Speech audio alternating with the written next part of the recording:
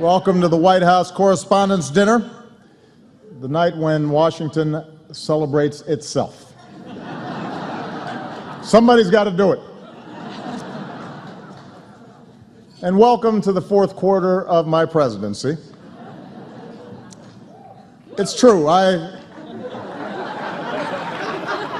was Michelle cheering.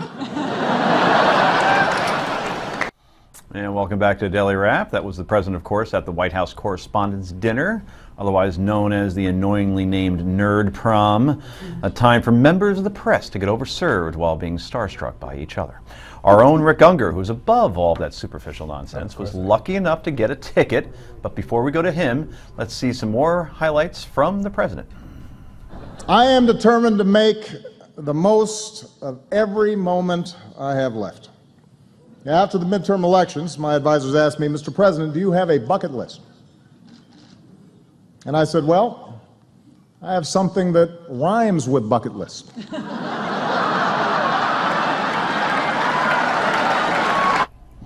And he went on to say, executive action on immigration, bucket. Yes. He's very good at that, all right? You like him, you don't like him. Right. He is a performer, and his timing has become even better. He's got 6 years now, right? Yeah. As was President Bush, who wasn't the greatest public speaker, but in those situations, excellent. Obviously, Reagan and Clinton, not bad either. Anyway, let's see. Do we have any more of Mr. Obama? I think we do, correct? Take executive action on immigration? Bucket. New climate regulations? Bucket. It's the right thing to do. And my new attitude is paying off. Look at my Cuba policy. The Castro brothers are here tonight. Welcome to America, amigos. ¿Qué pasa?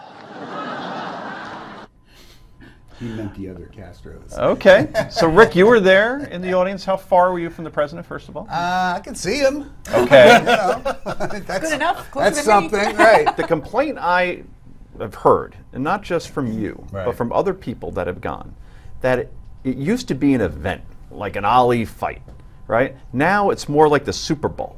Too many people, too big of a venue, too many selfies. Just not what it used to be. Well, is that accurate? You can decide if this is a good thing or a bad thing. I don't really know, but the legend is when you have a Republican president, you have less people there. Mm-hmm. It's fewer celebrities, fewer journalists come. Right. So it was very crowded. I was there last year. It was crowded. This year, it was virtually impassable. Wherever your section was, you weren't going to get much past it. Who did you see there that you did not expect to see there?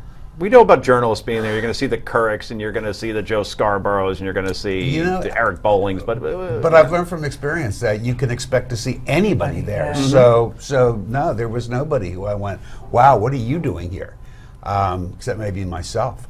No, I mean, look, it's an interesting event. You know, in my case, I couldn't have the date that I wanted because my wife couldn't come. Mm-hmm. But I got a pretty interesting second best thing. I sit down and a young lady sits down next to me and she turns out to be the star of my favorite television show. So as a second Real date, Housewives of Bergen County? I don't know if the Real Housewives were there actually. I didn't see any of them. Yeah. Shocking. No, she was the star of Blacklist. If you're a fan, it was Agent Keene. Okay. Megan Boone, who's a delightful young lady. We had a good time. Tequila? Cooper was there? No, a lot of champagne. Everybody was there. I mean, you work. see all sorts of stars and politicians. I spoke with Madeleine Albright for a short time. That was fun. You know. Wow. Did anyone else speak? Only Cicely Strong, who's the comedian after the president. And I have to tell you something. I've seen the president do this stuff.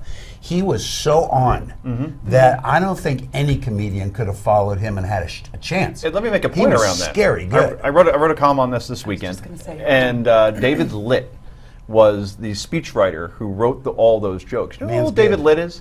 28. Yeah. And he's been doing this for 4 years, which means before he was a quarter of a century old, he's writing jokes for the president at the White House Correspondents' Dinner, which got all sorts of. It used to be just on C-SPAN. Well, Now it's he such a should big be event. doing it. He's well cast. He's excellent. 'cause And he is if I'm a good. Republican candidate, I absolutely hire this Yeah, kid. but it's also because you comedy's got, big. You got to give credit to the delivery. Yeah, for sure. Well, I agree, President and that's what I Obama said. is superb. Yep. He's a good speaker. Speaking of which, by the way, of all the coverage around this, let's hear what Joe Scarborough had to say about it.